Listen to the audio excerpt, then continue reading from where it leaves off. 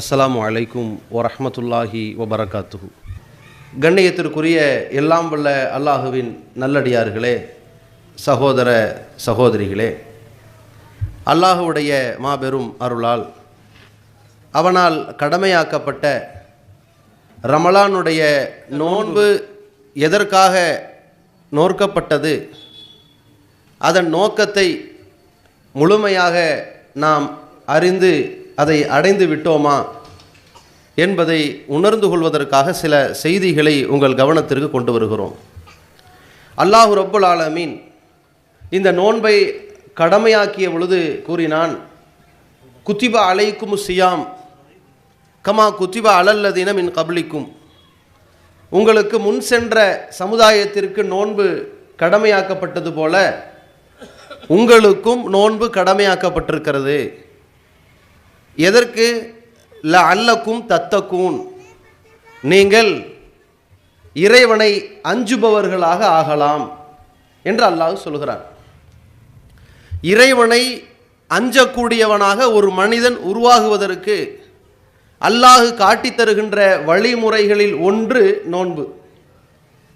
இந்த நோன்பின் மூலம் எப்படி ஒரு மனிதனுக்கு இறையச்சத்தை ஏற்படுத்துகிறது, அந்த தனிச்சிறப்பான ஒரு இறையச்சம் நோன்பின் மூலம் எப்படி ஏற்படுகிறது என்பதை நாம் புரிந்து கொள்ள வேண்டும். ஒரு மனிதன் சமுதாயத்தில் பல்வேறு நற்காரியங்களை புரிகின்றார், பல தீமையான காரியங்களிலிருந்து ஒதுங்கியும் கொள்கிறார். அதற்கு என்ன காரணமாக இருக்கலாம்?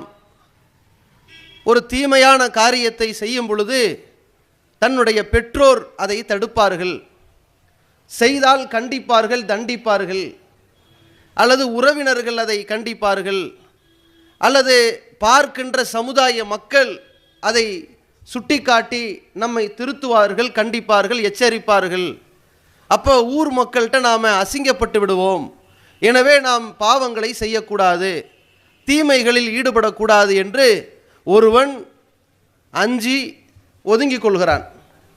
அதே நேரத்தில் அல்லாஹ்விடத்திலும் குற்றவாளியாகிவிடக்கூடாது என்றும் அஞ்சுகிறான். இது ஒரு வகையான அச்சம். இன்னொரு வகையான இறையச்சம் இருக்கிறது. அது என்ன? நாம் இந்த பாவத்தை செய்யக்கூடிய ஒரு சுதந்திரமான ஒரு தருணம் இருக்கிறது. அதுதான் தனிமையில் இருக்கின்ற ஒரு நேரம். தனிமையில் இருக்கின்ற பொழுது நாம் செய்யக்கூடிய தவறு 4 சுவருக்குள் இருக்கின்றது, நடக்கிறது. நாம் பார்க்கக்கூடிய காட்சிகளோ, பேசுகிற வார்த்தைகளோ, இன்ன பிற காரியங்களோ, பாவங்களோ, இந்த விஷயங்கள் எல்லாமே 4 சுவருக்கு உள்ளே நடந்து கொண்டு இருக்கிறது. நம்மை கேட்பதற்கு உறவினர்கள் யாரும் இல்லை, இந்த குற்றச் செயல்களை பெற்றோர்கள் காணவில்லை, சமுதாயத்தவர்களும் கண்டுபிடிக்கவும் இல்லை.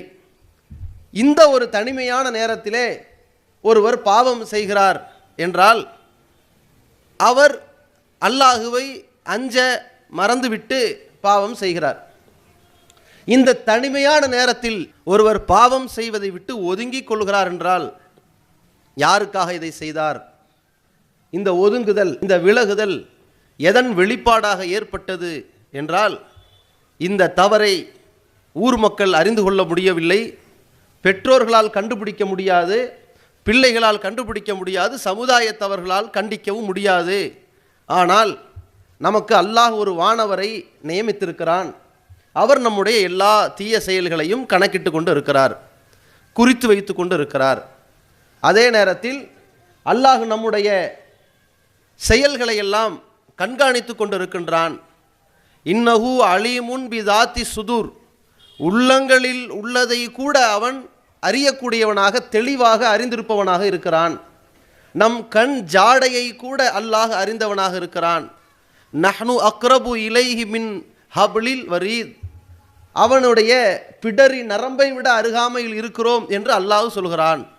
அப்படி என்றால் நம்மை மிக அருகாமையில், நெருக்கமாக, துல்லியமாக அந்த ரப்புல் ஆலமீன் கண்காணித்து கொண்டிருக்கிறான். எனவே நாம் இந்த பாவத்தில் ஈடுபடக்கூடாது என்று ஒருவன் விலகுவானையானால் அதுதான் மிக சிறந்த இறையச்சம். அப்பொழுதுதான் அவன் யார் என்பது தனித்தன்மையாக விளங்கிவிடும். யார் நீ? மக்கள்கிட்ட எல்லாம் இருக்கும்போது ஒரு தவறை நாம் செய்யாமல் இருந்தால் அங்கே நாம் யார் என்று அகப்படாது, தெளிவாகாது. ஏன் 4 பேர் சுட்டி காட்டுவாங்க என்று கூட நாம் செய்யாமல் இருப்போம். ஒரு 4-5 பேர் இருக்கும் பொழுது பாவத்தில் மற்றவர்களை விட அதிவேகமாக கூட நாம் ஒதுங்கிக் கொள்வோம். 4 பேரிடத்தில் நல்ல பேர் கிடைக்கும், கெட்ட பேர் கிடைக்காம இருக்கும். ஆனால் நாம் யார் என்கின்ற ஒரு அடையாளம் எங்கே கிடைக்கும், அல்லாஹ்விடத்தில் எப்போது கிடைக்கும் என்றால் தனிமையில் அல்லாஹுவை அஞ்சுபவனுக்குத்தான் அது கிடைக்கும். அந்த இறையச்சத்தை கற்றுக் கொடுப்பது, பக்குவப்படுத்துவது தான் இந்த நோன்பு. எப்படி நோன்பு வைத்திருக்கிறோம், பகல் நேரத்தில் எதையுமே சாப்பிடக்கூடாது, பச்சை தண்ணி கூட குடிக்கக்கூடாது. ஆனால் நாம் பாவம் செய்வதற்கான எல்லா சூழ்நிலைகளும் நமக்கு லாவகமாக அமையும். மற்ற நாட்களில் உணவுப் பொருட்களுடைய வாசனை நம்மை துளைக்குதோ இல்லையோ, நோன்பு காலத்தில் அந்த சூழல் ஏற்படும், அல்லாஹ் ஏற்படுத்துவான். மற்ற நாட்களை விட இந்த நோன்பு வைத்திருக்கிற நேரத்தில் பசி ஏற்படுவது போல, பதார்த்தங்கள் நம் கண்ணுக்கு கவர்ச்சியாக இருப்பது போல, பல உணவுகளை சாப்பிடலாம் என்று தூண்டுவது போல, ஆகா நல்ல ஒரு விருந்து கிடைக்கிறதே என்றெல்லாம் ஒரு எதிர்பார்க்க தூண்டுவது போன்ற பல காட்சிகளை, சூழல்களை அல்லாஹ் ஏற்படுத்துவான். இப்போ தனிமையில் கூட நாம் இருப்போம், பொதுவாகவும் இருப்போம், தனிமையிலும் இருப்போம், வெளியே பயணத்தில் எங்காவது வேலைக்கு போயிருப்போம். அந்த நேரத்தில் நாம் ஏதாவது ஒரு உணவை எடுத்து வாயில் போட்டோமே ஆனால் கேட்க ஆள் இல்லை, தண்ணீர் குடித்தோமே ஆனால் கேட்க ஆள் இல்லை. என்ன புரிஞ்சுக்குவாங்க, ஏதோ காய்ச்சல் போல இருக்குது நோன்பு வைக்கல என்று மக்கள் புரிஞ்சுக்கிட்டு ஒதுங்கிக்குவாங்க, யாரும் கண்டிக்கவும் மாட்டாங்க. ஆனால் நாம் யாராவது சாப்பிடுகிறோமா, உண்பதற்கு நம்மிடத்தில் செலவு செய்ய காசு இருந்தாலும் வாங்கி சாப்பிட நினைக்கிறோமா? தனிமையில் தான் இருக்கிறோம், தட்டி கேட்க யாரும் இல்லாத தைரியத்தில் அந்த சூழ்நிலையில் இருக்கிறோம். ஆனால் பாவங்கள் நம்மை செய்ய தூண்டுகிற பொழுது நாம் செய்யாமல் தவிர்ந்து கொள்கிறோம். தவிர்க்கக்கூடியதாக இந்த நோன்பு நமக்கு ஒரு பயிற்சியை கற்றுத்தருகிறது. பச்சை தண்ணியை கூட குடிக்கிறது இல்லை, ஐவேளை தொழுகைக்கு ஒளி செய்கிறோம். அதில் ஃபஜ்ரு, லுஹரு, அசரு, மகரிப்பு கூட முன்னேற்பாடாக ஒளி செஞ்சுட்டு வந்தோம்னா மகரிப்பு, இந்த 4 வேளைகளையும் ஒளி செய்கிறோம். ஒளு முறிந்து விட்டால் மற்ற உபரியான தொழுகைக்கும் ஒளு செய்கிறோம். அப்படி ஒளு செய்கிற பொழுது வாய் கொப்பளிக்கிறோம், தொண்டை வரைக்கும் தண்ணி வருது. ஒரு முடக்கு முழுங்கிட்டாலும் கூட யாருக்காவது தெரியுமா? யாராவது கண்டுபிடிப்பாங்களா? நீ 3 வாட்டி வாய் கொப்பளிச்ச, 2வது வாட்டி மட்டும் துப்பலை அப்படின்னு சொல்லி செக் பண்ணுவாங்களா? கேமரா வைத்து கண்காணித்து கொண்டிருக்கிறார்களா? கேட்க யாரும் இல்லை, தவிச்ச வாயாக இருக்கும். லுகருடைய நேரத்தில் தொண்டை தண்ணி வத்தி கிடக்கும். அந்த நேரத்தில் ஒரு முடக்கு தண்ணியை கூட நாம் குடிக்க மறுக்கிறோம். ஏன்? இங்கே நம்முடைய ரஹ்மான் நம்மை பார்த்து கொண்டிருக்கிறான், நோன்பை பரிபூர்ணப்படுத்த வேண்டும் என்ற ஒரு பக்குவத்தை மேற்கொள்கிறோம். தீமையான காரியங்கள் நம்மை இழுப்பதற்கு தூண்டுகிற பொழுது, பெரும் வன்முறைகளே நம்முடைய பேச்சுக்களால், நம் நடவடிக்கைகளால், நம்முடைய அணுகுமுறைகளால் ஏற்படுகிற நேரத்தில் நான் நோன்பாளி என்று அப்படி ஒதுங்குகிறோமே, நம்மிடத்தில் எதிர்கொள்வதற்கு ஆற்றல் இல்லையா, வீரம் இல்லையா, தைரியம் இல்லையா, துணிச்சல் இல்லையா? ஏன் அங்கே கட்டுப்பட்டு கொள்கிறோம்? இது நோன்பு.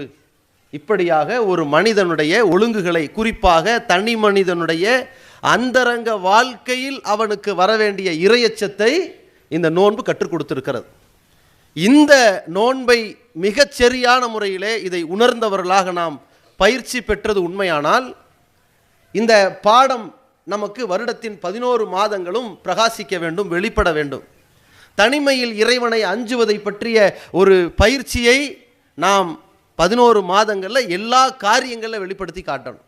மற்ற எல்லா குற்ற செயல்கள்லையும் இந்த நோன்பின் போது நாம் எப்படி அஞ்சினோமோ, தனிமையில் அஞ்சினோமோ, அல்லாஹ் நம்மை பார்க்கிறான் என்று உணர்ந்து